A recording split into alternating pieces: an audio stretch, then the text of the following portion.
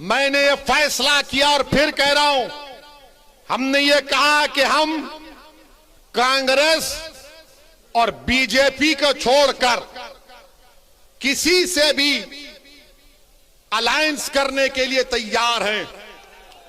तो सुनिए, एक मशहूर जर्नलिस्ट है पंकज साहब ने अखिलेश से पूछा कि आप ओवैसी से समझौता क्यों नहीं कर लेते, तो अखिलेश ने जवाब दिया कि ओवैसी पर बहुत से इल्जाम लगते हैं। अखिलेश साहब, इल्जाम तो हम पर ही लगता है ना, आप पर तो कुछ नहीं लगता। रिवर फ्रंट आप बनाए, आप पर कोई इल्जाम नहीं। लखनऊ से कानपुर रोड आप बनाए, आप पर कोई इल्जाम नहीं।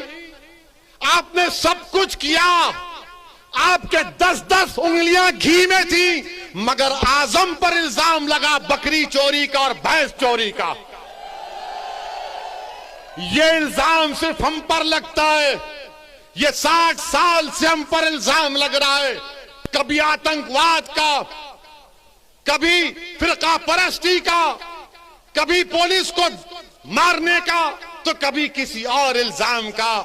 अखिलेश यादव साहब, इल्जाम तो भारत के मुसलमानों के मुकद्दर का हिस्सा बन चुका है।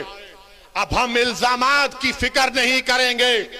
सुन लो अखिलेश यादव, मुझे तुमसे कोई सर्टिफिकेट की जरूरत नहीं है। मैं इस जनता के दरमियान में जाकर अपनी दिल की बात करूंगा और इनके दिल को जीतूंगा और इनसे वोट का मुतालबा करूंगा।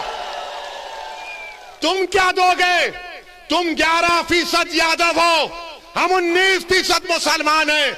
अगर तुम मुख्यमंत्री बने और जनाब मुलायम सिंह बने तो मुसलमानों के वोट की खैरात से बने। तुम याद रखो इस बात को।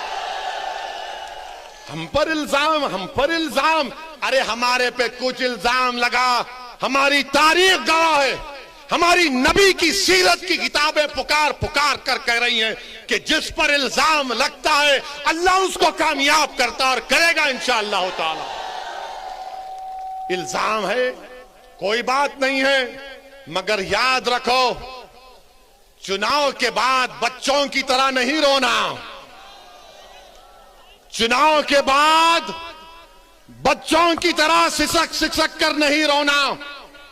हम तो रोते हैं अपने